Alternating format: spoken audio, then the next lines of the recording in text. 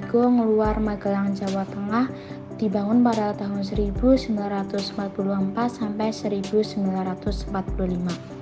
Pada masa penduduk Jepang di Indonesia, penyerahan tenaga kerja Romusa seringkali disalurkan ke luar Jawa untuk proyek pembangunan yang bertujuan untuk kepentingan kemenangan perang bagi Jepang.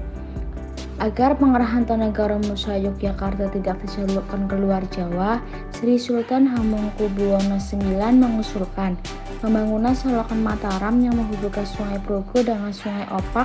Pembangunan yang dimulai pada 1945 ini berhasil menyelamatkan dan mengurangi penderitaan dan korban jiwa akibat pengerahan Romusa.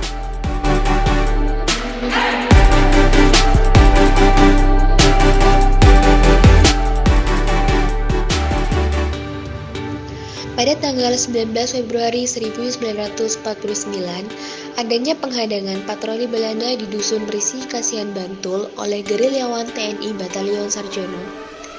Agresi militer Belanda II di Yogyakarta mendapat perlawanan hebat dari Tentara Nasional Indonesia atau yang biasa disebut dengan TNI dan gerilyawan. Panglima Besar Jenderal Sudirman memberikan perintah kilat untuk melawan agresi tersebut dengan cara bergerilya. Penghadangan dan penyerangan terhadap patroli Belanda dilakukan di berbagai tempat oleh TNI. Salah satunya adalah penghadangan dan penyerangan terhadap patroli tentara Belanda di Risi, Kasihan, Bantul pada tanggal 19 Februari 1949 yang dilakukan oleh Batalion Sarjono pimpinan Mayor Sarjono.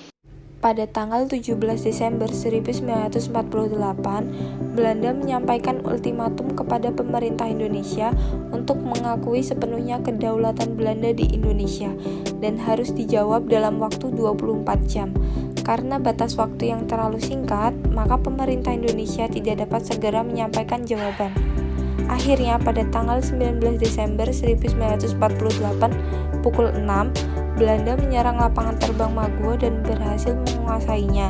Selanjutnya, pasukan Belanda bergerak menuju pusat kota Yogyakarta dan di sepanjang jalan tidak segan-segan menembak mati rakyat yang dianggap menghalangi operasi militer mereka. Selanjutnya, masuknya tentara Jepang ke kota Yogyakarta. Pasukan Jepang memasuki kota Yogyakarta dari arah timur, Jalan Solo, kemudian menuju Jalan Malioboro dan Gedung Gubernuran yang sekarang disebut Gedung Agung. Untuk menarik simpati rakyat, para sardaru Jepang menyerukan Nippon Indonesia sama-sama, mengumandangkan lagu Indonesia Raya, dan secara demonstratif membawa gambar Ratu Belanda dan kemudian ditusuk-tusuk dengan bayonet. Kedatangan pasukan Jepang ini disambut oleh Sultan Hamengkubuwono IX dengan sikap yang tegas. Di hadapan pembesar, beliau berkata bahwa segala hal yang berhubungan dengan masalah Kesultanan Yogyakarta hendaknya dibicarakan terlebih dahulu dengan Sultan. Hal ini dilakukan agar Sultan dapat terus memimpin rakyatnya secara langsung.